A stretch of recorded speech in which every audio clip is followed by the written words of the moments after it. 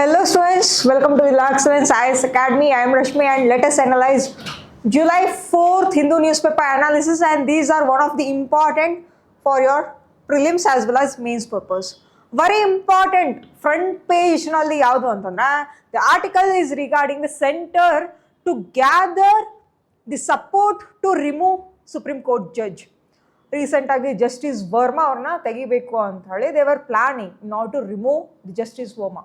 But let us see what is the parliament's action towards the removal of the Justice Verma.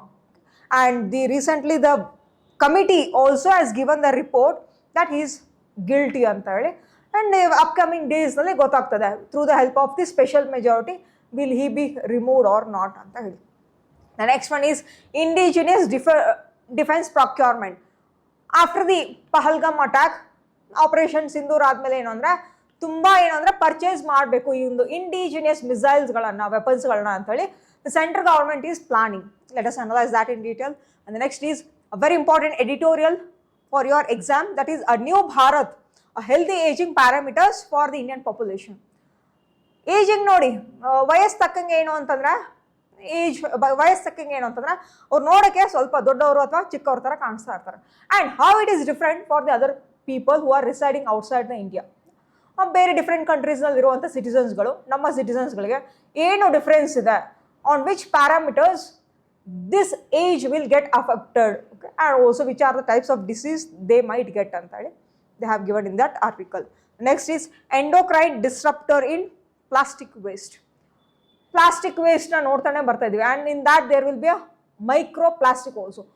With help of the micro plastic they are just manufacturing these kinds of plastic bottles ಆಗಿರ್ಬೋದು, plastic ಬ್ಯಾಗ್ಸ್ಗಳಾಗಿರ್ಬೋದು, and the different types of instruments also along with that. And let us analyse in detail how it affects the health of the people ಅಂತ ಹೇಳಿ. These are very important articles for your exams. First is the centre to gather a support to remove supreme Court judge, that is justice Verma. ಏನಿತ್ತು ಇದು ಏನಿತ್ತು issue ಅಂತಂದ್ರೆ, justice Verma ಅವ್ರ ಮನೇಲಿ ಏನು ಅಂತಂದ್ರೆ ಬೆಂಕಿಗೆ ಆಹುತಿ ಆಗಿತ್ತು. ಸ್ಟೋರ್ ರೂಮ್ ಬೆಂಕಿಗೆ ಆಹುತಿ ಆದ ಟೈಮ್ನಲ್ಲಿ ಏನು ಅಂದರೆ ಅಲ್ಲಿ ತುಂಬ ಒಂದು ದೊಡ್ಡ ದೊಡ್ಡ ಬ್ಯಾಗ್ಸ್ನಲ್ಲಿ ಏನು ಅಂದರೆ ತುಂಬ ನೋಟ್ಸ್ಗಳು, ಕರೆನ್ಸಿ ನೋಟ್ಸ್ಗಳು ಇದ್ವು, and it was burnt.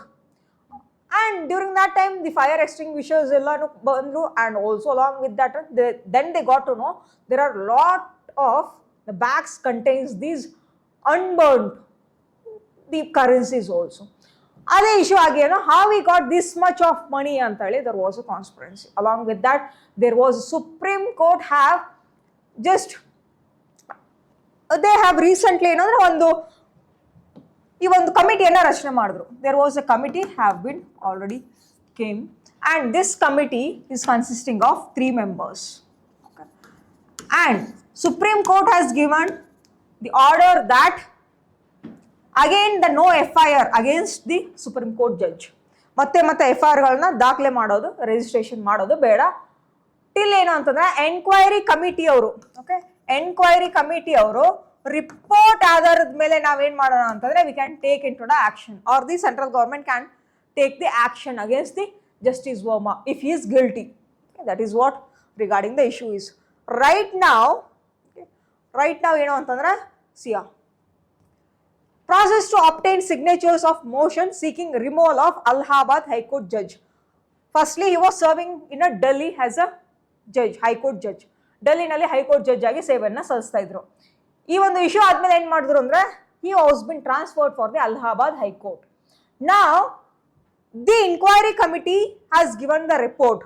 Based on report, let's analyze what is the actions of parliament, what is the action of 2 houses of the parliament, that is Lok Sabha and Rajya Sabha anteli. Let us analyze in detail. Firstly ಏನು ಅಂತಂದ್ರೆ this is one of the static part we should know regarding the appointment of judges ಆಗಿರ್ಬೋದು, removal of judges, qualification of judges, appointment ಯಾರು ಮಾಡ್ತಾರೆ, removal ಯಾರು ಮಾಡ್ತಾರೆ, resignation ಇವ್ರು ಯಾರಿಗೆ ಕೊಡಬೇಕು, everything that is the static part in your M. Lakshmikant book. See, what is who is appointing the Supreme Court and High Court judges?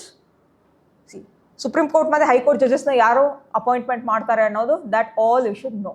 Firstly, the Supreme Court judge is appointed by the President through the collegium. The collegium ನಲ್ಲಿ Chief Justice of India ಇರ್ತಾರೆ, collegium ನಲ್ಲಿ collegium, appointment of Supreme Court judge, appointment of Supreme Court judge. Appointment of Supreme Court judge anta bandaga, he will be appointed through the president.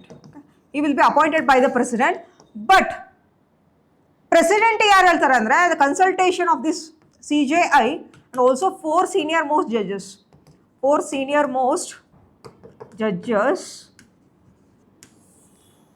they will make a list who are qualified for becoming the Supreme Court judge anta ಹೇಳಿ. That list, that recommendation is given for the Supreme Court, that recommendation is given for the president. Now the president will appoint the Supreme Court judge based on a qualification. The qualification ಏನದ ಅಂತಂದ್ರೆ he must be served as a high court judge for 5 years, or else he should be worked as a advocate in the high court judge for 10 years anta kuda ಇದೆ. We have seen that. But ಈ ಒಂದು removal ಅಂತ ಇದೆ ಅಲ್ವಾ, this removal is again made by the president it self.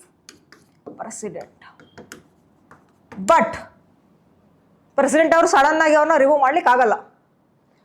Based on the special majority in the both houses he can be, the president can remove the Supreme Court judge. Firstly, parliament ನಲ್ಲಿ with the help of special majority ಇಂದ ಅಲ್ಲಿ majority ಬಂದಾದ್ಮೇಲೆ then that is sent for the president. President will remove that Supreme Court judge. But till now, none of the Supreme Court judge or the High Court judge have been removed till now. ಇವ್ರನ್ನ impeachment ಅಂತ ಕರಿಬಾರ್ದು. We should not address the removal, alternative ಆಗಿ impeachment ಅಂತ ಕರಿಬೇಡಿ. This word is not used for the removal of Supreme Court or High Court judges. Impeachment is only used for the president. President removal anta kariyodilla ನಮ್ಮ ಒಂದು constitution ಅಲ್ಲಿ. Only the impeachment process is only made for the president. Okay, but for the rest of the people or rest of the dignitaries like a PM ಆಗಿರಬಹುದು or else the MP ಆಗಿರಬಹುದು and also the MLAs and Supreme Court, High Court judges, CEC, Chief Election Commissioner ಆಗಿರಲಿ, election commissioners ಆಗಿರಲಿ, ಅವ್ರನ್ನ removal ಅಂತ ಕರಿತೀವಿ. Why this is called as impeachment is because for the president, why we are not using removal is because, see, this is one of the highest order of presidents. ಹೌದಾ, order of presidency ಒಳಗಡೆ ಏನು ಅಂತಂದ್ರೆ highest order of presidents ಅಂತ ಕರಿತೀವಿ. First citizen of India ಯಾರು ಇರ್ತಾರೆ? President will be the first citizen of India. And in order to maintain that sanctity, a purity ಅನ್ನ maintain ಮಾಡೋದಕ್ಕೋಸ್ಕರ we will call it as an impeachment, not the removal for the president. For others, we will use the word removal. ಅದನ್ನು ನೆನ್ಪಿಟ್ಕೊಳ್ಳಿ. And the next, let us see in detail what is happening in the session of parliament.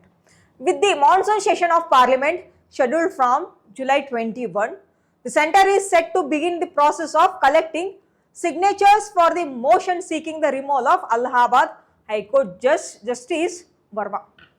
ಇನ್ನೇನು monsoon session start ಆಗೋದ್ರಲ್ಲಿ ಏನು ಅಂತಂದ್ರೆ, once it starts the monsoon session, ಅದರಲ್ಲಿ ಏನು ಅಂತಂದ್ರೆ justice Verma ಅವ್ರನ್ನ removal ಮಾಡೋದಕ್ಕೆ ಫಸ್ಟ್ ಪ್ರಾಸೆಸ್ಗಳನ್ನೆಲ್ಲ ಸ್ಟಾರ್ಟ್ ಮಾಡ್ಕೊಳ್ಬೇಕು ಅಂತ ಹೇಳಿ ದ ಪಾರ್ಲಿಮೆಂಟ್ನಲ್ಲಿ it is planning.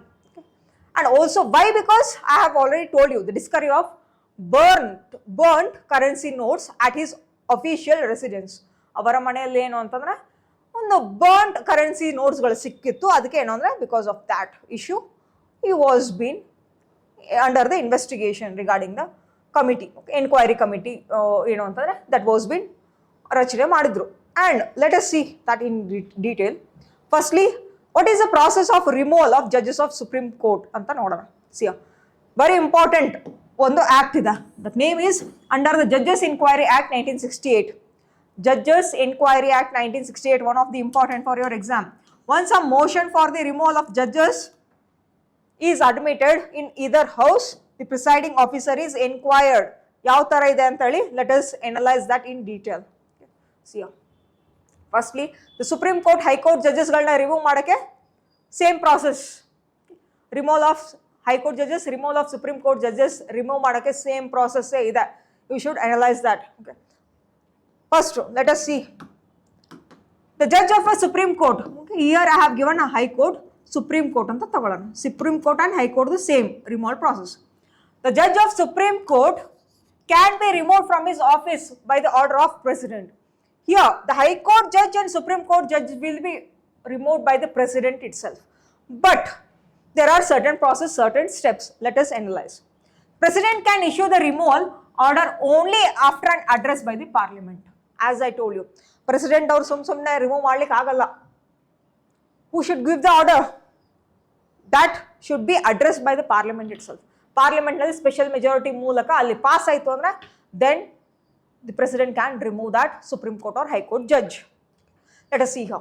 See, based on which grounds ಅಂದ್ರೆ ಯಾವ ಗ್ರೌಂಡ್ ಮೇಲೆ ಈ ಒಂದು ಸುಪ್ರೀಂ ಕೋರ್ಟ್ ಹೈಕೋರ್ಟ್ ಜಡ್ಜಸ್ ನ ರಿಮೂವ್ ಮಾಡ್ತಾರೆ ಅಂದ್ರೆ ಬೇಸ್ಡ್ ಆನ್ 2 grounds. ಒಂದು misbehaviour or else incapacity. But this definition of misbehaviour and incapacity is not mention in the constitution. Constitution ಅಲ್ಲಿ ಎಲ್ಲೂ ಕೂಡ ಮೆನ್ಷನ್ ಮಾಡಿಲ್ಲ ಸ್ಪೆಸಿಫಿಕ್ ಆ ವರ್ಡ್ಗೆ ಡೆಫಿನೇಷನ್ ಏನು ಅಂತ ಹೇಳಿ. ಬಟ್ ಈ ವರ್ಡ್ಸ್ಗಳಿಗೆ ಡೆಫಿನೇಷನ್ ಯಾರು ಕೊಟ್ಟಿದ್ದಾರೆ ಅಂದರೆ Supreme Court has given the definition, not the constitution. Constitution ಅಲ್ಲೂ ಎಲ್ಲೂ ಕೂಡ ಡೆಫಿನೇಷನ್ನ ಕೊಟ್ಟಿಲ್ಲ. It might be a prelims based question. The removal of Supreme Court or High Court judges ಅಂತ ಹೇಳಿ ಕನ್ಸಿಡರ್ ದ ಫಾಲೋಯಿಂಗ್ ಅಂತ ಕೊಟ್ಟು first statement the definition of misbehavior or incapacity is mentioned in the constitution andre that statement is wrong.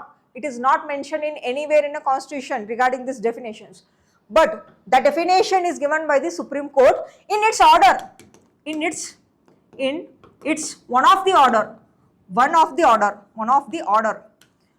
ಯಾವುದೋ ಒಂದು ಕೇಸ್ನಲ್ಲಿ ಏನು ಅಂತಂದರೆ definition ಕೊಟ್ಟಿದೆ. ಬಟ್ ಮಿಸ್ಬಿಹೇವಿಯರ್ ಆರ್ ಇನ್ಕೆಪಾಸಿಟಿ ಅಂದರೆ ಏನು ಅಂತ ಹೇಳಿ let us see that. What is this misbehavior? Misbehavior ಅಂತಂದ್ರೆ it might be the office of profit. Let me write here. Office of profit.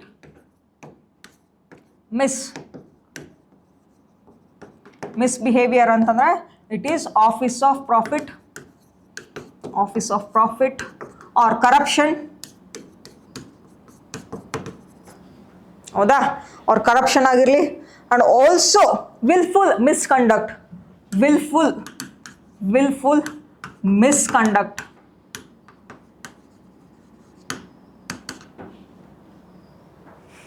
And also along with that lack of integrity.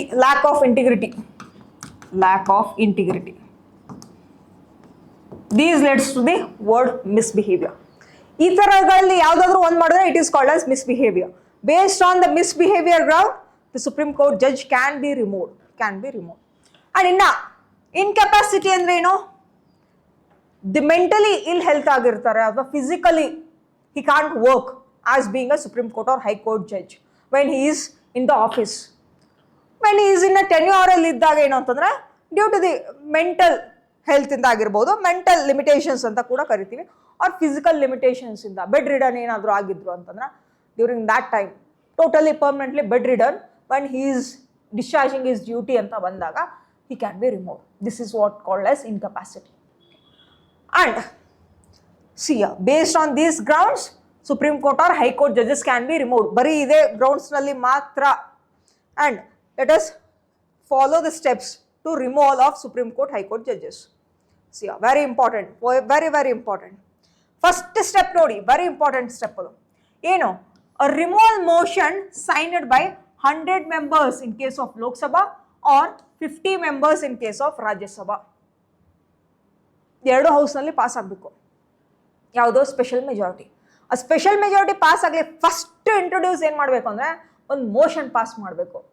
ಆ ಮೋಷನ್ನಲ್ಲಿ ಏನು ಅಂದರೆ there will be a motion passed either by the Lok Sabha members or either by the Rajya Sabha members. Lok Sabha ಮೆಂಬರ್ಸ್ಗಳು ಎಷ್ಟಿದ್ದಾರೆ? 543 ಇದ್ದಾರೆ. In that 543 at least 100 members should sign that motion in the next ಸ್ಟೆಪ್ಪಿಗೆ ತೊಗೊಂಡು ಹೋಗಬೇಕು ಅಂತ ಹೇಳಿ. Or else Lok Sabha ಮಾಡಲಿಲ್ಲ ಅಂತಂದರೆ either Rajya Sabha can take that initiative. ರಾಜ್ಯಸಭಾದಲ್ಲಿ ಎಷ್ಟು ಮೆಂಬರ್ಸ್ಗಳು?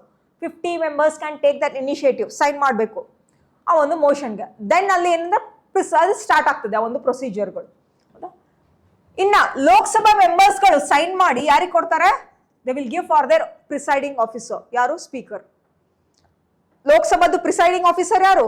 ಸ್ಪೀಕರ್. ಇವರಿಗೆ ಸಲ್ಲಿಸಬೇಕಾಗ್ತದೆ. ಆರ್ ಎಲ್ಸ್ ರಾಜ್ಯಸಭಾದ ಮೆಂಬರ್ಸ್ಗಳು ಏನಾದರೂ ಸೈನ್ ಮಾಡಿ ಯಾರಿಗೆ ಕೊಡಬೇಕು ಅಂದ್ರೆ chairman of Rajya Sabha. Okay, the own presiding officer of their own houses ಅವ್ರುಗಳಿಗೆ ಕೊಡಬೇಕು. ಲೋಕಸಭಾದವ್ರು ಏನಾದರೂ ಒಂದು ಸೈನ್ ಮಾಡಿ 100 ಮೆಂಬರ್ಸ್ಗಳು ಸೈನ್ ಮಾಡಿ 100 MPsಗಳು ಲೋಕಸಭಾ MPsಗಳು ಸೈನ್ ಮಾಡಿದ್ರು ಅಂತಂದ್ರೆ they should submit it for home? Speaker. He is the presiding officer of there Lok Sabha. ಇನ್ನ ರಾಜ್ಯಸಭಾ ಮಾಡಿತ್ತು ಅಂತಂದ್ರೆ ರಾಜ್ಯಸಭಾದವ್ರು ಯಾರಿಗೆ ಸಲ್ಲಿಸಬೇಕು? Chairman of the Rajya Sabha is X officio chairman of Rajya Sabha ಅಂತ ಕರಿತೀವಿ. Who is the X officio chairman of Rajya Sabha? Is the vice president. ಇನ್ನ next ಪ್ರೊಸೀಜರ್ನಲ್ಲಿ ನೋಡಿ, next ಪ್ರೊಸೀಜರ್ನಲ್ಲಿ ಇವಾಗ ಸಲಿಕೆ ಮಾಡಿದ್ರು. ಓಕೆ, ಇವಾಗ ಸಲಿಕೆ ಮಾಡಿದ್ದಾರೆ. ಇಬ್ರು ಮಾಡ್ಬೇಕಾ? ಎರಡು ಹೌಸಿಂದ ಮಾಡ್ಬೇಕಾ? No, either of the house can start that motion. Pass ಮಾಡ್ಬೇಕಾಗ್ತದೆ. ಯಾವುದೇ ಆದ್ರೂ ಒಂದು ಹೌಸಿಂದ ಮಾತ್ರ. ಓಕೆ, ನೆಕ್ಸ್ಟ್ ಏನ್ ಮಾಡ್ತಾರೆ? Speaker or chairman may admit the motion or refuse to admit it. ನೋಡಿ, ಇಲ್ಲಿ ಇವರು ಸೈನ್ ಮಾಡಿ ಅವರ ಒಂದು ಪ್ರಿಸೈಡಿಂಗ್ ಆಫೀಸರ್ಗಳೇ ಸಲ್ಲಿಕೆಯನ್ನು ಮಾಡ್ತಾರೆ. ಬಟ್ ನೆಕ್ಸ್ಟ್ ಪ್ರಾಸೆಸ್ ನಲ್ಲಿ ನೋಡಿ, these people are having the powers whether to admit or whether to deny that motion. ನೋಡಿ, ಅಷ್ಟೊಂದು ಪವರ್ಸ್ಗಳು ಇರ್ತದೆ. ವೆರಿ ಇಂಪಾರ್ಟೆಂಟ್ ಪವರ್ಸ್ಗಳಿವೆ ಎರಡೂ ಕೂಡ. ಹೌದಾ? ಏನಾದ್ರೂ ಇವ್ರು ರಿಜೆಕ್ಟ್ ಮಾಡಿದ್ರೆ ಮುಗಿದೋಯ್ತು. ಸ್ಪೀಕರ್ ಅವ್ರ ಚೇರ್ಮನ್ ಅವರು ಆ ಮೋಷನ್ ಅನ್ನ ಕೊಟ್ಟಿರ್ತಾರೆ ಅಲ್ವಾ, ಸೈನ್ ಮಾಡಿದ್ದು, ಅದನ್ನ ರಿಜೆಕ್ಟ್ ಮಾಡಿಬಿಟ್ರೆ ನೆಕ್ಸ್ಟ್ ಪ್ರೊಸೆಸ್ಸೇ ಇಲ್ಲ, ರಿಮೂವ್ ಮಾಡ್ಲಿಕ್ಕೆ ಆಗೋದೇ ಇಲ್ಲ. ಓಕೆ, ಈ ತರ ಹಂತಗಳಲ್ಲೂ ಎಲ್ಲರಿಗೂ ಕೂಡ ಪವರ್ಸ್ಗಳಿದೆ. That is why I am telling you, very important for your exam perspective. ಇವ್ರುಗಳು ಏನಾದ್ರೂ ಅದನ್ನ ಎಕ್ಸೆಪ್ಟ್ ಮಾಡ್ಕೊಂಡ್ರು ಅಂತಂದ್ರೆ ನೆಕ್ಸ್ಟ್ ಪ್ರಾಸೆಸ್ ಸ್ಟಾರ್ಟು. ಇವ್ರುಗಳೇ ಅದನ್ನೇ ರಿಜೆಕ್ಟ್ ಮಾಡಿದ್ರು ಅಂತಂದ್ರೆ ನೆಕ್ಸ್ಟ್ ಪ್ರಾಸೆಸ್ ಅಲ್ಲಿಗೆ ಎಂಡು. ಈ ತರ ಆಗೋದು. ನೆಕ್ಸ್ಟ್ ನೋಡಿ, ಇಫ್ ಇಟ್ ಈಸ್ ಅಡ್ಮಿಟೆಡ್, ಏನಾದರೂ ಅಕ್ಸೆಪ್ಟ್ ಮಾಡ್ಕೊಂಡ್ರು ಅಂತಂದ್ರೆ then the speaker or chairman is to constitute 3-member committee to investigate into the charges. ಅದನ್ನೇನಾದ್ರೂ ಅಕ್ಸೆಪ್ಟ್ ಮಾಡ್ಕೊಂಡ್ರು ಆ ಮೋಷನ್ ಅನ್ನ ಅಂತಂದ್ರೆ ಏನ್ ಮಾಡ್ತಾರೆ? ಅದನ್ನ ನೆಕ್ಸ್ಟ್ 3-member ಒಂದು ಎನ್ಕ್ವೈರಿ ಕಮಿಟಿಯನ್ನ ರಚನೆ ಮಾಡ್ತಾರೆ. They will create a 3-member enquiry committee. ಇನ್ನು 3-member ಎನ್ಕ್ವೈರಿ ಕಮಿಟಿಯಲ್ಲಿ ಯಾರು ಇರ್ತಾರೆ ಅಂದ್ರೆ ವೆರಿ ಇಂಪಾರ್ಟೆಂಟ್, ಒಬ್ರು Chief Justice or judge of Supreme Court, Chief Justice of India or judge of a Supreme Court ಒಬ್ರು. ಇನ್ನು ನೆಕ್ಸ್ಟ್ ಒಬ್ರು ಯಾರು? Chief Justice of High Court. Third one is distinguished jurist ಅಂತ ಹೇಳಿ, ಸುಪ್ರಸಿದ್ಧವಾದ ಒಂದು ನ್ಯಾಯಾಧೀಶರು. These 3 people are into this 3-member committee. ಇನ್ನ ನೋಡಿ, ಇವ್ರುಗಳನ್ನ ಕಮಿಟಿಯನ್ನ ರಚನೆ ಮಾಡಿದ್ದಾರೆ. ಇವರು ಕೊಡುವಂತ ರಿಪೋರ್ಟ್ ಆಧಾರದ ಮೇಲೆ ಏನು ಅಂತಂದ್ರೆ ಮತ್ತೆ ನೆಕ್ಸ್ಟ್ ಪ್ರಾಸೆಸ್. ಆ ರಿಪೋರ್ಟ್ ನಲ್ಲಿ ಏನಾದ್ರೂ if that judge is guilty, ತಪ್ಪಿತಸ್ಥ ಅಂತ ಪ್ರೂವ್ ಆಯ್ತು ಅಂದ್ರೆ ಸ್ಪೆಷಲ್ ಮೆಜಾರಿಟಿ ನಾವು ಪಾಸ್ ಮಾಡ್ಬೋದು. ಎಲ್ಲಿ? ಸುಪ್ರೀಂ ಲೋಕಸಭಾ ಅಂಡ್ ರಾಜ್ಯಸಭಾದಲ್ಲಿ. ಇಫ್ ಈಸ್ ನಾಟ್ ಗಿಲ್ಟಿ ಅಂತಂದ್ರೆ ಸ್ಪೆಷಲ್ ಮೆಜಾರಿಟಿ ಪಾಸ್ ಮಾಡುವಂತ ಅವಶ್ಯಕತೆನೇ ಬರೋದಿಲ್ಲ. Very important. See, if the committee finds a the judge to be guilty of misbehavior or suffering from the incapacity, as I told you, from both these grounds or else ಎರಡೇ grounds ನಲ್ಲಿ ಮಧ್ಯ ಏನು ಅಂತಂದ್ರೆ removal process start ಮಾಡ್ಬೋದು ಅಷ್ಟೇ. Any of the grounds, any, not both, or ಅಂತ ಕೊಟ್ಟಿದ್ದಾರೆ. Either of the grounds ಮೇಲೆ ಇವ್ರನ್ನ ಏನ್ ಮಾಡ್ಬೋದು ಅಂದ್ರೆ ರಿಮೂವಲ್ ಮಾಡ್ಬೋದು if he is guilty or if he or she is guilty. Next ನೋಡಿ, ಅದರಲ್ಲಿ ಆ ಎನ್ಕ್ವೈರಿ ಕಮಿಟಿಯ ರಿಪೋರ್ಟ್ ನಲ್ಲಿ ಏನಾದರೂ ಗಿಲ್ಟಿ ಅಂತ ಪ್ರೂವ್ ಆಗಿತ್ತು ಅಂತಂದ್ರೆ ಆ ಒಂದು ರಿಪೋರ್ಟ್ನ ಯಾರಿಗೆ ಕೊಡ್ತಾರೆ? That report again it will be presented in front of the Lok Sabha or Rajya Sabha. ಅಲ್ಲಿ ನಾಟ್ ಗಿಲ್ಟಿ ಅಂದ್ರೆ ನೆಕ್ಸ್ಟ್ ಎನ್ಕ್ವೈರಿ ಕಮಿಟಿ ಅವ್ರು ನಾಟ್ ಗಿಲ್ಟಿ ಅಂತ ರಿಪೋರ್ಟ್ ನಲ್ಲಿ ಏನಾದರೂ ಕೊಟ್ಟಿದ್ರು ಅಂತಂದ್ರೆ if is innocent, if is not guilty ಅಂತ ಪ್ರೂವ್ ಆಗಿತ್ತು ಅಂದ್ರೆ ಮೋಷನ್ ಸ್ಪೆಷಲ್ ಮೆಜಾರಿಟಿ ಅನ್ನ ಪಾಸ್ ಮಾಡೋ ಅವಶ್ಯಕತೆನೇ ಇಲ್ಲ, ಅವ್ರು ರಿಮೂವ್ ಮಾಡ್ಲಿಕ್ಕೂ ಆಗೋದಿಲ್ಲ. ಈ ತರ ಇದೆ ನೋಡಿ ಇವ್ರ ಪವರ್ಗಳು ಎಷ್ಟಿದೆ ಅಂತೇಳಿ. 3-member ಕಮಿಟಿದು ಪವರ್ಗಳಿಗೂ ನೋಡಿ, based on their report only you will get to know ಆ ಪ್ರಾಸೆಸ್ ಕಂಪ್ಲೀಟ್ ಆಗ್ತದೇನಾ ಅಥವಾ ಅಲ್ಲಿಗೆ ಎಂಡ್ ಆಗ್ತದೇನಾ ಅಂತೇಳಿ. And next CM once the motion is passed, guilty ಅಂತ ಪ್ರೂವ್ ಆಗಿತ್ತು, 3-member ಕಮಿಟಿ ಅವರು ಒಂದು ರಿಪೋರ್ಟ್ನ ಸಲ್ಲಿಸಿದ್ರು. ಅದರಲ್ಲಿ ಗಿಲ್ಟಿ ಅಂತ ಪ್ರೂವ್ ಆಗಿತ್ತು ಅಂದರೆ ನೆಕ್ಸ್ಟ್ ಪ್ರಾಸೆಸ್ನಲ್ಲಿ after the motion is pass by each house of parliament with special majority. Special majority ಅಂದರೆ 2/3 of the members of each house present and voting. 2/3 of the members of each house present and voting. ಅದರ ಮೂಲಕ ಏನು ಅಂತಂದ್ರೆ ಎರಡು house ನಲ್ಲಿ pass ಮಾಡ್ತಾರೆ. ಆ pass ಮಾಡಾದ್ಮೇಲೆ it is presented for the president, then the president can remove that judge. ಅಲ್ಲಿವರೆಗೂ ಪ್ರೆಸಿಡೆಂಟ್ ಅವರು ಡೈರೆಕ್ಟ್ ಆಗಿ ರಿಮೂವಲ್ ಪ್ರಾಸೆಸ್ ಮಾಡಲಿಕ್ಕೆ ಆಗೋದಿಲ್ಲ. Okay, he can't directly remove any of the Supreme Court or High Court judges. There is a step that is Judges Enquiry Act 1968. ಆ rules ಅನ್ನ follow ಮಾಡಲೇಬೇಕು. This is what the procedure of the Judges Enquiry Act 1968. Finally, the president passes an order of removing the judge. Till now ಏನು ಅಂತಂದ್ರೆ till now none of the judges have been removed so far.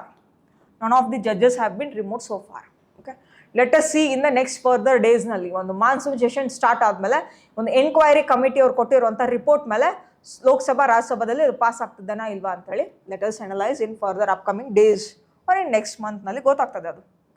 This is the procedure for removal of the Supreme Court or High Court judges. Same process for both of them. Very important ಇದು. And ಒಂದು question fix ಕೇಳ್ಬೋದು in your prelims or else in your mains. ಇದು ಏನಾದರೂ ಇವರು remove ಆಗಿಬಿಟ್ರು ಅಂತಂದರೆ through the help of special majority, this is the first time in the history of India that one of the Supreme Court judge have been removed ಅಂತ ಹೇಳಿ ಒಂದು judgement ಕೂಡ ಬರುವಂಥ ಚಾನ್ಸಸ್ ಇದೆ. First time in the history ಆಗುವಂಥ chances based on the enquiry committee ಅವರು ಸಲಿಕೆ ಮಾಡಿರುವಂಥ ಒಂದು ರಿಪೋರ್ಟ್ ಮೇಲೆ ಲೆಟ್ ಅಸ್ ಸಿ. ಲೋಕಸಭಾದಲ್ಲಿ ಪಾಸ್ ಆಗಬೇಕು, ಅದು ರಾಜ್ಯಸಭಾದಲ್ಲೂ ಪಾಸ್ ಆಗಬೇಕು. 2/3 of the members should be present and voting. ಅದಾದರೆ ಮಾತ್ರ ಇವ್ರನ್ನ ರಿಮೂವ್ ಮಾಡ್ಬೋದು. ಸಿ ಇದೆಲ್ಲ ಕಷ್ಟದ ಕೆಲಸನೇ. Special majority and also the ಇಂಪೀಚ್ಮೆಂಟ್ಗೆ ಅಂತೇಳಿ. ಓಕೆ, ವೆರಿ ಇಂಪಾರ್ಟೆಂಟ್ ಇವೆಲ್ಲ. ಸ್ಪೆಷಲ್ ಮೆಜಾರಿಟಿಯಲ್ಲಿ ದೇರ್ ಆರ್ 4 ಟೈಪ್ಸ್.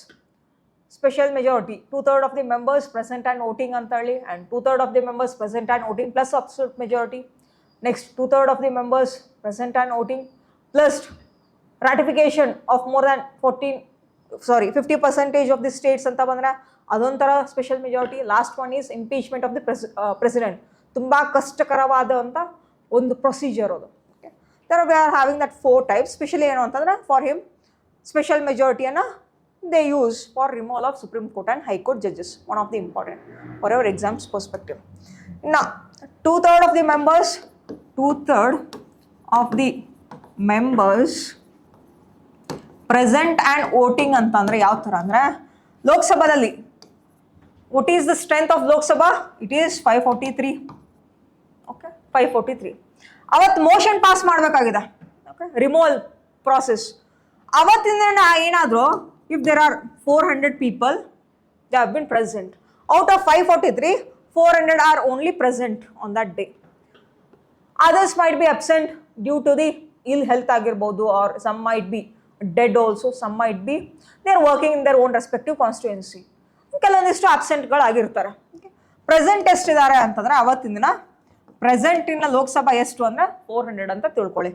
ಇನ್ನು ಕೆಲವೊಂದಿಷ್ಟು ಜನರು ಏನಂದರೆ ಆಬ್ಸೆಂಟ್ ಆಗಿಬಿಡ್ತಾರೆ, ನಾವು ವೋಟೇ ಮಾಡೋದಿಲ್ಲಪ್ಪ, we are neither in support of that removal process or we are against that removal process ಅಂತ ಹೇಳಿ ಕೆಲವೊಂದಿಷ್ಟು ತಟಸ್ಥರಾಗ್ಬಿಡ್ತಾರೆ, ಆಬ್ಸ್ಟೇನ್ ಅಂತ ಕರಿತೀವಿ. Some of the people might be abstain. ಎಷ್ಟು? 150 ಅಂತ ತಗೊಳ್ಳಿ. 50 ಮೆಂಬರ್ಸ್ ಹ್ಯಾವ್ ಬಿನ್ ಆಬ್ಸ್ಟೇನ್. ಇನ್ನು ಎಷ್ಟು ಹೇಳಿದ್ರು? 50 ನಾ ಮೈನಸ್ ಮಾಡಿದ್ರೆ you will get 350. Okay, 350. As I told you, these people are present and they are ready to vote.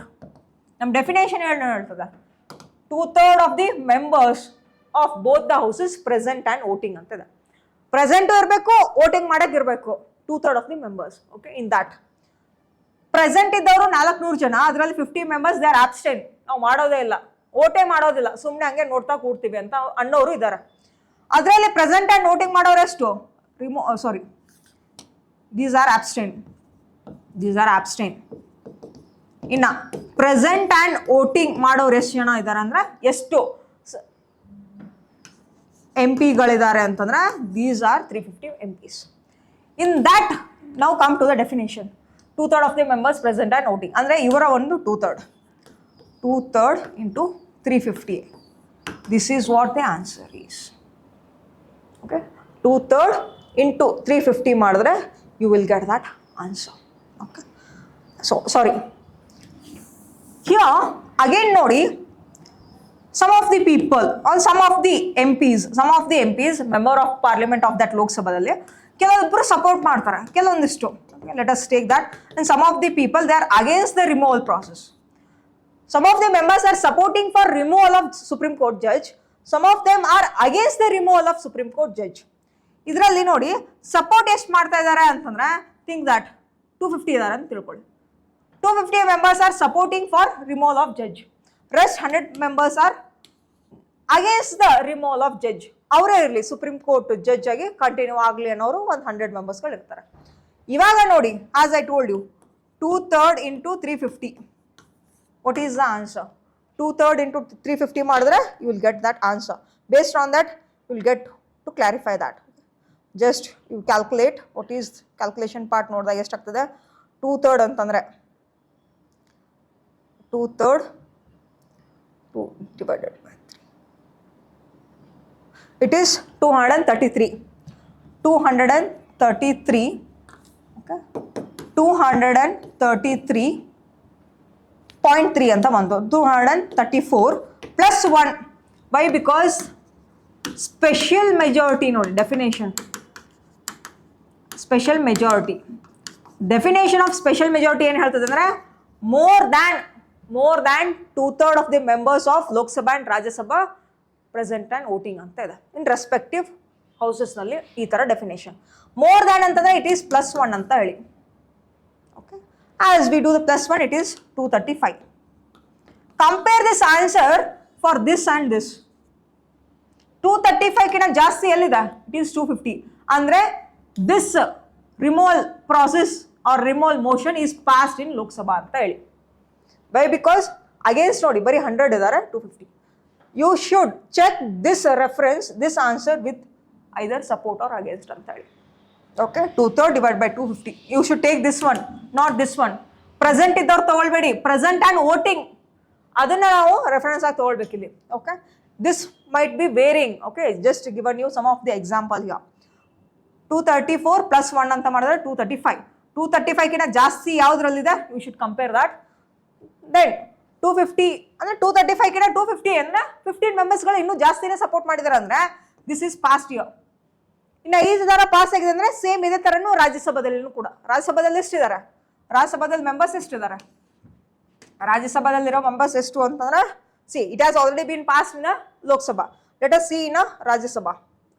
ರಾಜ್ಯಸಭಾದಲ್ಲಿ ಎಷ್ಟು ಪಾಸ್ ಆಗುತ್ತೆ? ರಾಜ್ಯಸಭಾದಲ್ಲಿ ನೋಡೋಣ ಇವಾಗ.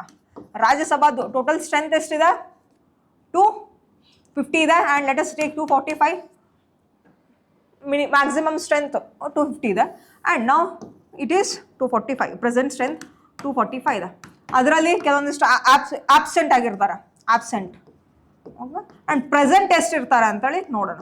Present is 200 and 45 are absent ಅಂತ ತೊಗೊಳ್ಳಿ. 45 members are absent and present ಎಷ್ಟಿದ್ದಾರೆ ಅಂದರೆ ರಾಜ್ಯಸಭಾದಲ್ಲಿ ಇಟ್ ಈಸ್ 200. ಇನ್ನು ಆಬ್ಸೆಂಟ್ ಆಗೋರು ಕೂಡ ಇದ್ದಾರೆ.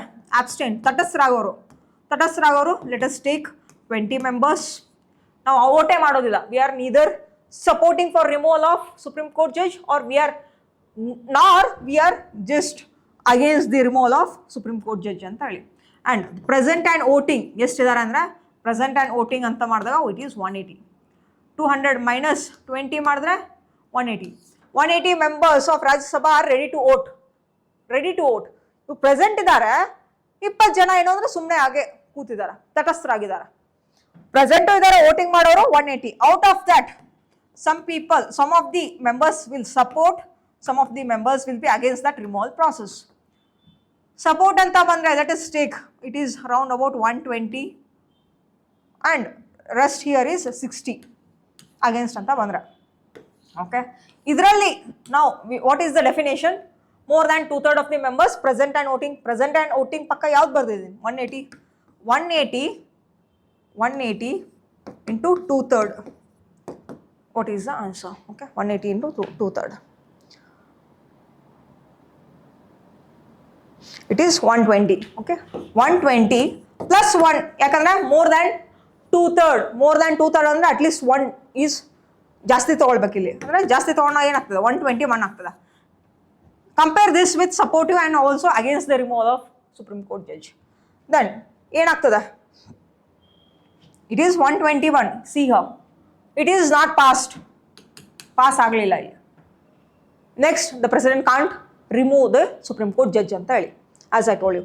121 ಇದ್ರೂ ಸಹಿತ ಅವ್ರನ್ನ ರಿಮೂವ್ ಮಾಡ್ಬೋದು. 121. ಓಕೆ, ಇಲ್ಲಿ 59 ಅಂತ ಬಂದರೆ ಇಲ್ಲಿ ಪಾಸ್ ಆಗ್ಬಿಡ್ತದೆ. ಓಕೆ, ಆರ್ ಎಲ್ಸ್ ಇದು ಇಲ್ಲಿ ಈ ಥರ ಏನು ಅಂತಂದರೆ ಇಟ್ ಈಸ್ 120 ಆಯಿತು, ಇಲ್ಲಿ 60 ಆಯಿತು ಅಂದರೆ this is not passed in Rajya Sabha. ಲೋಕಸಭೆಯಲ್ಲಿ ಪಾಸ್ ಆಗಿತ್ತು, ರಾಜ್ಯಸಭೆಯಲ್ಲಿ ಪಾಸ್ ಆಗಿಲ್ಲ ಅಂತಂದ್ರೆ supreme Court judge can't be removed because in both the houses with the help of special majority that should get passed. Then the president can remove the Supreme Court judge. See, this is what the concept is. And let us analyze that. Okay, this is the procedure. Firstly, you should know who will appoint the Supreme Court judge, what is the removal process of Supreme Court judge, and also Judges Enquiry Act 1968 anta ida. Collegium andre enu, NJAC andre enu, that all you should know. The next is indigenous defense procurement. Procurement ಅಂದ್ರೆ purchase ಅಂತ ಹೇಳಿ, purchasing. After the post operation Sindoor ಆದಮೇಲೆ ನೋಡಿ ನಮ್ಮ defence system, ನಮ್ಮ defence sector ಏನಾಗ್ತಾ ಬರ್ತಾ ಇದೆ ಅಂದ್ರೆ eventually it is strengthening. And in the western ಬಾರ್ಡರ್ನಲ್ಲಿ ಏನು ಅಂದರೆ ತುಂಬ high security, high alert with the help of advance equipments, ವೆಪನ್ಸ್ಗಳನ್ನು ಅಲ್ಲಿ ಡೆಪ್ಲಾಯ್ಮೆಂಟ್ ಮಾಡಬೇಕು. ಆ್ಯಂಡ್ ತುಂಬ ಸೋಲ್ಜರ್ಸ್ಗಳನ್ನ ಅಲ್ಲಿ ಡೆಪ್ಲಾಯ್ಮೆಂಟ್ ಮಾಡಬೇಕು ಅಂದಮೇಲೆ the central government is planning. That is why we will see in that article in detail. The defence acquisition council ಅಂತ ಇದೆ, defence acquisition council. This defence acquisition council is chaired by the defence minister. Recently ಏನು ಅಂತಂದರೆ he has accepted and sign for the acceptance of necessity ಅಂತೇಳಿ ಒಂದು agreement ಇದೆ. Okay, acceptance of necessity ಅಂತೇಳಿ one of the important. Acceptance of necessity ಅಂದರೆ emergency ಟೈಮ್ನಲ್ಲಿ ಅಗ್ರಿಮೆಂಟ್ಗಳನ್ನ ಮಾಡ್ಕೊಂಡ್ಬಿಡೋದು. That is what called as acceptancy of necessity ಅಂತೇಳಿ. Recently the Rajnath Singh have accepted this accord ಅಂದರೆ ಅಗ್ರಿಮೆಂಟ್ ಅಂತ ಹೇಳಿ. ಅದರಲ್ಲಿ ಏನು ಅಂದರೆ 10 capital acquisition proposal value at 1.05 lakh crore through indigenous sourcing. Indigenous equipments, domestic missiles, ವೆಪನ್ಸ್ಗಳನ್ನು ಖರೀದಿ ಜಾಸ್ತಿ ಮಾಡ್ತಾ ಇದ್ದಾರೆ. ಯಾವುದು? ಡಿಫೆನ್ಸ್ ಸೆಕ್ಟರ್ ಅವರು. Okay, nearly around about 1.05 lakh crore ಅಷ್ಟು ಖರೀದಿಯನ್ನು ಮಾಡ್ತಾ ಇದ್ದಾರೆ. Okay, after the operation Sindoor ಆದಮೇಲೆ ಅಂತೇಳಿ one of the important.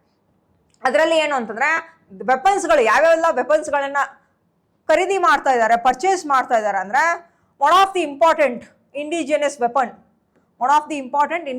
Weapon ಯಾವುದು ಅಂತಂದರೆ ದಿ QRSAM ಅಂತ ಹೇಳಿ. That is quick reaction surface to air missile ಅಂತ ಹೇಳಿ. Quick reaction surface to air missile. Okay, see there will be a vehicle, and see, you can see in this image, this is the one. The vehicle idu. Okay, vehicle ಏನು ಅಂತಂದ್ರೆ they are having the missile, okay, inbuilt here, and if there is any enemy missile is coming towards the India, ಏನು ಮಾಡ್ತದೆ ಅಂದ್ರೆ ಇದು surface to air attack ಮಾಡ್ತದೆ and quick response ಇರ್ತದೆ, quick reaction ಕೊಡ್ತದೆ if there is any enemy countries attacking us through their missiles ಅಂತ ಬಂದಾಗ. And why it is important is because it is surface to air missile and ಅದ್ರ range ಎಷ್ಟಿದೆ ಅಂದರೆ short range. ಇದು short range ಎಷ್ಟಿದೆ ಅಂದರೆ 25 to 30 kilometers short range ಇದು. And 360 ಡಿಗ್ರಿಯಲ್ಲಿ ಸರ್ವಿಲೆನ್ಸ್ ಕೂಡ ಮಾಡ್ತಾ ಇರುತ್ತೆ. Okay, and it is having fire and forget. ಇದು ಫೈರ್ ಆ್ಯಂಡ್ ಫಾರ್ಗೆಟ್ ಮಿಸೈಲ್. ಇದು ಒಂದ್ಸತಿ ಏನಾದರೂ ಉಡಾವಣೆ ಆಯಿತು ಅಂದರೆ ಮುಗಿದೋಯ್ತು. ಓಕೆ, ಧ್ವಂಸ ಮಾಡ್ತದೆ. ಅದನ್ನ ಮತ್ತೆ ಕಂಟ್ರೋಲ್ ಮಾಡ್ಲಿಕ್ಕೆ ಆಗಲ್ಲ. ಒಮ್ಮೆ ಫೈರ್ ಮಾಡೋದಾದ್ಮೇಲೆ ಅದನ್ನ ಕಂಟ್ರೋಲ್ ಮಾಡ್ಲಿಕ್ಕೆ ಆಗಲ್ಲ. That is what called as fire and forget missile ಅಂತ ಹೇಳಿ. Okay, one of the important for your exams perspective, specially prelims. See, as I told you, QRSAM ಅಂತ ಹೇಳಿ, and round about 30,000 crore is been invested by the defense sector for procuring this indigenous QRSAM. Okay, one of the important for your exams perspective. QRSAM ಅಂದ್ರೆ ಏನು ಅಂತ ಹೇಳಿ ನೋಡ್ಕೊಳ್ಬೇಕಾಗ್ತದೆ regarding this one. Next is a new Bharat establishing healthy aging parameters for the Indian population. One of the important. See, some of the people based on their age, ಏನಂದ್ರೆ ಕೆಲವೊಬ್ರು ಏನು ಅಂತಂದ್ರೆ age ತಕ್ಕಂಗೆ ಏನು ಅಂತಂದ್ರೆ ವಯಸ್ಸು ಕೆಲವೊಬ್ರಿಗೆ ಕಂಡು ಬರ್ತದೆ, ಕೆಲವೊಬ್ರಿಗೆ ಕಂಡು ಬರಲ್ಲ. But Indian population or Indian citizens, those Indian citizen should not be compared with the other foreign citizens ಅಂತ ಹೇಳಿ. ಫಾರಿನ್ ಸಿಟಿಸನ್ಸ್ ಅಲ್ಲಿ ಏನಾಗ್ತದೆ, based on their lifestyle ಆಗಿರ್ಬೋದು, ಎನ್ವೈರ್ಮೆಂಟ್ ಆಗಿರ್ಬೋದು, ಫುಡ್ ಇಂಟೇಕ್ ಆಗಿರ್ಬೋದು, and everything that matters for ageing. That is what they have given here. Just don't compare our Indian population with the other countries' population here in terms of aging ಅಂತ ಹೇಳಿ. Along with that, ಇಲ್ಲಿ diabetic ಕೂಡ less than 200 ಅಂತ ಬಂದಿತ್ತು ಅಂದ್ರೆ we call it as a pre-diabetic patients ಅಂತ ಕರಿತೀವಿ. less than 200 ಅಂತ ಇದ್ರು ಅಂತ. ಬಟ್ ಇಂಡಿಯನ್ ಸಿನಾರಿಯೋದಲ್ಲಿ ಏನು ಅಂತಂದ್ರೆ 200 ಅದೇ ಒಂದು ಸ್ಟ್ಯಾಂಡರ್ಡ್ ಅಂತ ಏನಿದೆ ಅಂತಂದ್ರೆ, ಸ್ಟ್ಯಾಂಡರ್ಡ್ WHO ಪ್ರಕಾರ ಅಥವಾ ಸ್ಟ್ಯಾಂಡರ್ಡ್ ಪ್ರಕಾರ ಏನೋದಂದ್ರೆ ಮೋರ್ ದನ್ 200 ಇತ್ತು ಅಂತಂದ್ರೆ ದ ಡಯಾಬಿಟಿಕ್ ಪೇಷಂಟ್ಸ್. ಓಕೆ, ಅವ್ರಿಗೆಲ್ಲ ಇನ್ಸುಲಿನ್ನಲ್ಲಿ ಕೊಡಬೇಕಾಗ್ತದೆ ಥ್ರೂ ದ ಮೆಡಿಕೇಶನ್ಸ್ಗಳಾಗಿರ್ಬೋದು ಆರ್ ಎಲ್ಸ್ ಇಂಜೆಕ್ಷನ್ ಮೂಲಕ. ಬಟ್ ಇಂಡಿಯನ್ ಕಾಂಟೆಕ್ಸ್ನಲ್ಲಿ ಏನು ಅಂತಂದ್ರೆ 200 less than 200 that foreign standard should not be compared with the Indian population here ಅಂತ ಹೇಳ್ತದೆ. ಬೈ ಬಿಕಾಸ್ ನಮ್ಮ ಒಂದು ಲೈಫ್ ಸ್ಟೈಲ್ ಆಗಿರಲಿ, ನಮ್ಮ ಒಂದು ಜೀನ್ಸ್ ಆಗಿರಲಿ, ನಮ್ಮ ಒಂದು ಎನ್ವೈರ್ಮೆಂಟ್ ಆಗಿರಲಿ, ಫುಡ್ ಇಂಟೇಕ್ ಆಗಿರಲಿ, that all is totally different totally different here, and we should not compare with the foreign citizens anta heli. That is what they have given in this article. Okay, and recently Bharat anta heli they have biomakers, these biomakers they have introduced one of the healthy aging parameters galu enen anta heli. Let us analyze that in detail.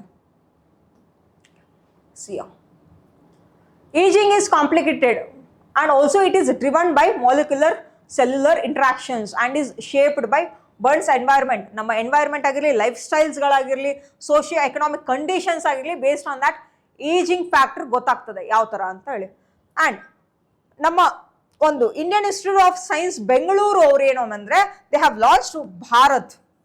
Okay, IIS, that is Indian institute of science, that is already located in Bangalore. ಹೌದಾ, ಈ ಒಂದು ಏನು ಮಾಡಿದ್ದಾರೆ ಅಂದರೆ ಇವರು they have launched one of the ಏನು ಅಂತಂದ್ರೆ ಬಯೋಮೇಕರ್ಸ್, that biomarkers ಅಂತ ಹೇಳಿ. ಆ ಬಯೋಮಾರ್ಕರ್ ಏನು ಅಂದರೆ ಅದ್ರ ಹೆಸರು ಭಾರತ್ ಅಂತ ಹೇಳಿ.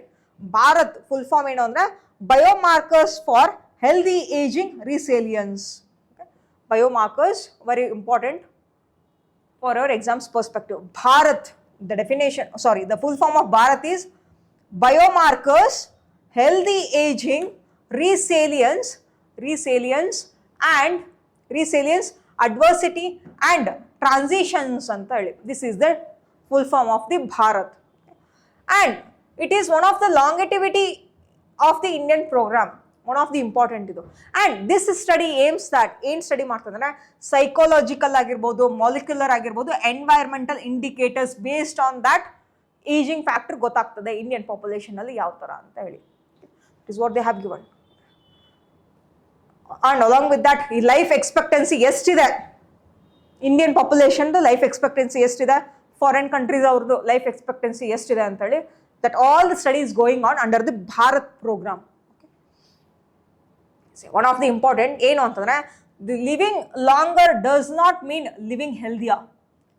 ತುಂಬ ಹೆಲ್ದಿ ಆಗಿದ್ದೀವಿ ಅಂತಂದ್ರೆ ತುಂಬ ಜಾಸ್ತಿ ವರ್ಷಗಳು ಬದುಕ್ತೀವಿ ಅನ್ನೋದು ಇವಾಗಿನ ಕಾನ್ಸೆಪ್ಟ್ನಲ್ಲಿ ತುಂಬ ಏನು ಅಂತಂದ್ರೆ ಮಿಸ್ಕನ್ಸೆಪ್ಷನ್ ಕೂಡ ಆಗ್ತಾ ಬರ್ತಾ ಇದೆ because of the age factor ಆಗಿರ್ಬೋದು and different types of diseases we are getting. Mostly ನೋಡಿ, ಒನ್ ಆಫ್ ದಿ ಇಂಪಾರ್ಟೆಂಟ್ ಏನು ಅಂದರೆ ಇವನ್ ಫಾರಿನ್ ಕಂಟ್ರೀಸ್ನಲ್ಲಿ they have predicted in a study that 168% increase in Parkinson's diseases case.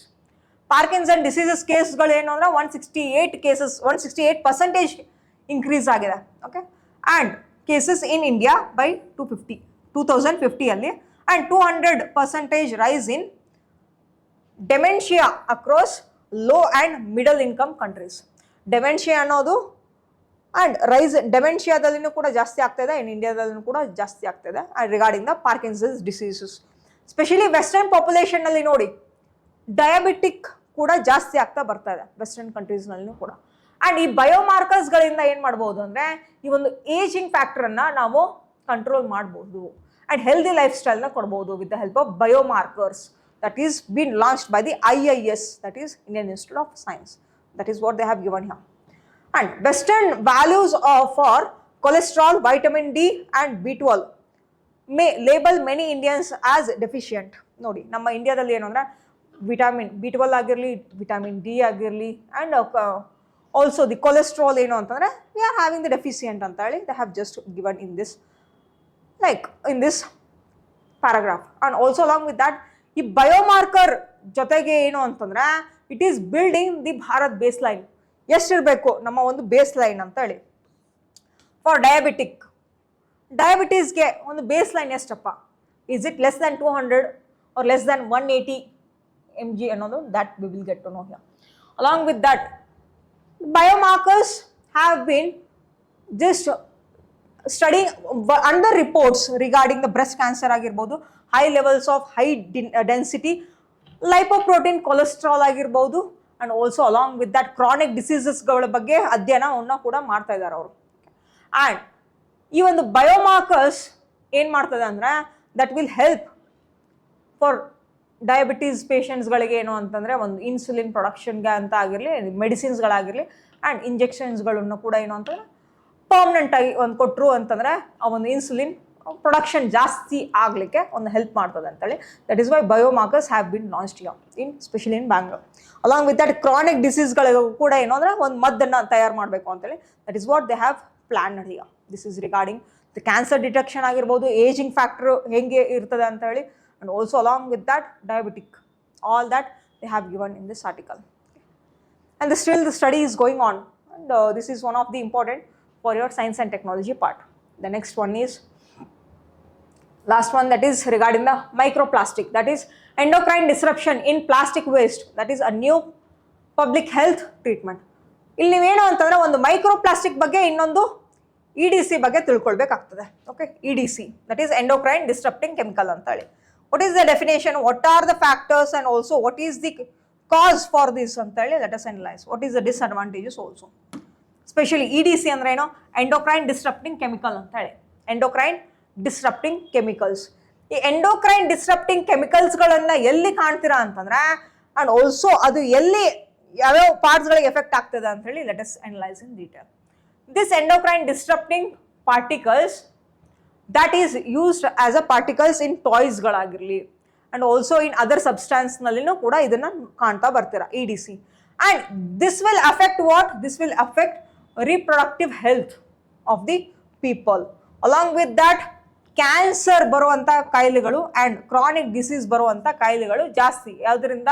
ಈ ಒಂದು EDC ಇಂದ. One of the harmful substance ಇದು. And this is the world's, ನೋಡಿ India now the world's largest generator of plastic waste. See throughout global ಲೆವೆಲಲ್ಲಿ ಏನು ಅಂದರೆ India is one of the highest production of plastic ವೇಸ್ಟ್ನ ಜಾಸ್ತಿ production ಮಾಡೋರು ನಾವೇ. Along with that microplastics ಅಂದರೆ ಏನು ಆ ಡೆಫಿನೇಷನ್ ಕೊಟ್ಟಿದ್ದಾರೆ. What is microplastic? Microplastics these are smaller than 5 millimeter. 5 millimeterಕ್ಕಿಂತ ಏನು ಅಂತಂದರೆ ತುಂಬ ಚಿಕ್ಕದಾಗಿರ್ತದೆ. That is what we will call it as microplastic. This microplastics will be helpful for manufacturing the plastics, plastic bags ಆಗಿರ್ಬೋದು, ಪ್ಲಾಸ್ಟಿಕ್ ಬಾಟಲ್ಸ್ಗಳಾಗಿರ್ಬೋದು, different types of ಎಕ್ವಿಪ್ಮೆಂಟ್ಸ್ಗಳಾಗಿರ್ಬೋದು and ಈ ಥರ ಇನ್ಸ್ಟ್ರೂಮೆಂಟ್ಸ್ಗಳನ್ನ ಪ್ರೊಡಕ್ಷನ್ ಮಾಡಲಿಕ್ಕೆ ಮೈಕ್ರೋಪ್ಲಾಸ್ಟಿಕ್ನ ಬಳಕೆ ಮಾಡ್ತಾರೆ. ಆ್ಯಂಡ್ ಒಂದು ಅಧ್ಯಯನ ಬಂದಿದೆ ಏನು ಅಂತಂದರೆ ಆ ಸ್ಟಡಿ ಹೇಳ್ತದೆ 2022 study by Bridge University, okay, ಆಮ್ಸ್ಟರ್ಡ್ಯಾಮ್ನಲ್ಲಿದೆ. And that have detected this microplastics in the blood of 80% of the human participants. 80% of the ಪಾಪ್ಯುಲೇಷನ್ನಲ್ಲಿ ಏನು ಅಂತಂದರೆ ಮೈಕ್ರೋಪ್ಲಾಸ್ಟಿಕ್ಸ್ಗಳನ್ನ ಕಾಣ್ಬೋದು. ಎಲ್ಲಿ? ಬ್ಲಡ್ ಸ್ಟ್ರೀಮ್ನಲ್ಲಿನೂ ಕೂಡ ಕಾಣ್ಬೋದು ಮೈಕ್ರೋಪ್ಲಾಸ್ಟಿಕ್ಸ್ಗಳನ್ನು.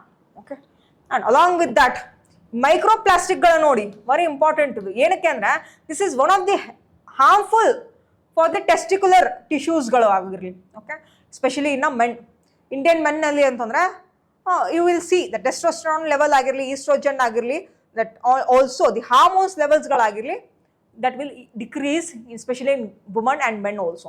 That is what they have given here. These chemical mimic or block the natural hormones. Natural hormones ಗಳ ಪ್ರೊಡಕ್ಷನ್ ಆಗ್ತಿರ್ತದವಲ್ಲ ಬಾಡಿನಲ್ಲಿ ಇನ್ ಮೆನ್ ಅಂಡ್ ವುಮನ್ ಅಲ್ಲಿ, ಅದನ್ನೇ ಏನು ಮಾಡ್ಬಿಡ್ತದೆ, ಬ್ಲಾಕ್ ಮಾಡ್ಬಿಡ್ತದೆ ನ್ಯಾಚುರಲ್ ಹಾರ್ಮೋನ್ಸ್ಗಳನ್ನ. ಆ್ಯಂಡ್ ಆ ಒಂದು ಬ್ಲಾಕ್ ಮಾಡಿದಾಗ ಏನಾಗ್ತದೆ ಅಂದರೆ ಈಸ್ಟ್ರೋಜನ್ ಆಗಿರಲಿ, ಟೆಸ್ಟೋಸ್ಟೆರಾನ್ ಆಗಿರಲಿ, ಈ ಹಾರ್ಮೋನ್ಸ್ಗಳು, ಥೈರಾಯ್ಡ್ ಹಾರ್ಮೋನ್ಸ್ ಆಗಿರಲಿ, cortisol, all this will get affected. And that is by ಏನು ಅಂತಂದ್ರೆ ಇದರಿಂದ ಏನಾಗ್ತದೆ, ರಿಪ್ರೊಡಕ್ಟಿವ್ ಆರ್ಗನ್ಸ್ಗಳು ಏನಾಗ್ತದೆ, ಡ್ಯಾಮೇಜಸ್ಗಳು ಕೂಡ ಆಗ್ತದೆ. And the count of the semen in men, specially in a men, it will get decrease because of the microplastic. ನೋಡಿ, microplastic is very dangerous for the humans body, specially for reproductive ಆರ್ಗನ್ಸ್ಗಳಿಗೆ. That is what they have given here. As I told you, because of this polystyrene microplastics very important. Polystyrene microplastics ಇಂದ ಏನಾಗ್ತಾ ಬರ್ತಾ ಇದೆ ಅಂದರೆ it is disrupting the testosterone levels, impaired sperm production less ಆಗ್ತದೆ, ಕಡಿಮೆ ಆಗ್ತದೆ. And reproduction ಏನಾಗ್ತದೆ ಅಂದರೆ the chances of reproduction will become less in future ಅಂತೇಳಿ. That is what the issue is going on. Let us see that. See ಹೌದು, microplastics in sperm ಏನು ಹೇಳ್ತದೆ ಅಂದರೆ, ಚೈನಾದಲ್ಲಿ ಒಂದು ಸ್ಟಡಿ ಮಾಡಿದ್ದಾರೆ. These microplastics in semen to reduce sperm count and also concentration and motility. ಆ motility ಮತ್ತು concentration ಲೆವೆಲ್ನಲ್ಲೂ ಕೂಡ ಡಿಕ್ರೀಸ್ ಆಗ್ತಾ ಬರ್ತದೆ. And that is the huge concern. That is what they have given. And one of the exposure to the B P and phthalates ಅಂತೇಳಿ. Phthalates ಅಂತಂದರೆ this is one of the substance they will use for production of ಟಾಯ್ಸ್ಗಳಾಗಿರ್ಬೋದು and different types of ಮಟೀರಿಯಲ್ಸ್ಗಳನ್ನ production ಮಾಡಲಿಕ್ಕೆ, ಎಕ್ವಿಪ್ಮೆಂಟ್ಸ್ಗಳನ್ನ ಮಾಡಲಿಕ್ಕೆ they are using this B P and phthalates ಅಂತೇಳಿ. But these are harmful for the humans body. Why? Because it will lower the testosterone levels. That is Y they are giving. And also it will elevated the luteinizing ಹಾರ್ಮೋನ್ಗಳಿಗೂ ಕೂಡ imbalance ಮಾಡುವಂಥ ಚಾನ್ಸಸ್ಗಳು ಜಾಸ್ತಿ. That is what they have given in this article. And PCOS, PCOD ಬರುವಂಥ ಚಾನ್ಸಸ್ಗಳು ಜಾಸ್ತಿ ಈ ಒಂದು ಮೈಕ್ರೋಪ್ಲಾಸ್ಟಿಕ್ಸಿಂದ ಆ್ಯಂಡ್ EDC ಇಂದ. It is what they have given. And also it will lead to the breast cancer also. There is a risk of breast cancer in a woman. One of the important article for your exams perspective. ನೋಡಿ, plastic waste in India. Plastic waste ಎಷ್ಟು production ಮಾಡ್ತಾ ಇದ್ದಾರೆ ಇಂಡಿಯಾದಲ್ಲಿ ಅಂತಂದರೆ, round about India generates over 9.3 million tons of plastic waste each year. ಪ್ರತಿ ವರ್ಷ ಇಷ್ಟೊಂದು production ಮಾಡ್ತಾ ಇದ್ದಾರೆ. And approximately 5.8 million tons are incinerated and releases toxic gases. Toxic ಗ್ಯಾಸಸ್ಸಿಂದ ಏನಾಗ್ತದೆ, ಪೊಲ್ಯೂಷನ್ ಜಾಸ್ತಿ ಆಗ್ತದೆ, ಏರ್ ಪೊಲ್ಯೂಷನ್ ಕೂಡ ಆಗುವಂಥ ಚಾನ್ಸಸ್ ಜಾಸ್ತಿ ಆಗ್ತದೆ ಅಂತೇಳಿ. That is what they have given. And it will lead to the ಈ ಥರ ಪೊಲ್ಯೂಷನ್ ಆಗೋದ್ರಿಂದ ಏನಾಗ್ತದೆ, ಮೆಟಬಾಲಿಕ್ ಸಿಂಡ್ರೋಮ್ ಆಗಿರಲಿ, ಕಾರ್ಡಿಯೋವ್ಯಾಸ್ಕ್ಯುಲರ್ ಡಿಸೀಸಸ್ಗಳಾಗಿರಲಿ, ಥೈರಾಯ್ಡ್ ಡಿಸ್ಫಂಕ್ಷನ್ ಆಗಿರಲಿ ಆಗೋದು ಜಾಸ್ತಿ ಆಗ್ತಾ ಹೋಗ್ತದೆ. That is what they have given in this article. And very important. EDC levels ಬ್ಲಡ್ನಲ್ಲಿ ಕೂಡ ಕಾಣ್ಬೋದು. ಮೈಕ್ರೋಪ್ಲಾಸ್ಟಿಕ್ಗಳು ಬ್ಲಡ್ನಲ್ಲಿ ಕಾಣ್ಬೋದು, ಯೂರಿನ್ನಲ್ಲಿ ಕಾಣ್ಬೋದು, ಆ್ಯಂಡ್ ಬ್ರೆಸ್ಟ್ ಮಿಲ್ಕ್ನಲ್ಲಿನೂ ಕೂಡ ಕಾಣ್ಬೋದು. And that is Y it is one of the harmful for the humans body, specially in fertility ಅಂತ ಬಂದಾಗ and neuro development, chronic ಡಿಸೀಸ್ಗಳಲ್ಲಿ ಬರುವಂಥ ಚಾನ್ಸಸ್ಗಳು ಜಾಸ್ತಿ ಈ ಒಂದು EDC ಇಂದ. We should know what is the cause for the EDC, what are the measures taken by the government of India, and how it will affect on human's body, especially in cardiovascular ಆಗಿರ್ಬೋದು, neurons ಮೇಲೆ ಆಗಿರ್ಬೋದು, urine ಬ್ಲಡ್ನಲ್ಲಿ ಕಾಣ್ತದೆ, and also breast cancer ಬರುವಂಥ chances ಜಾಸ್ತಿ ಇರ್ತದೆ. That is why you should analyze this one. Very important for your exams purpose.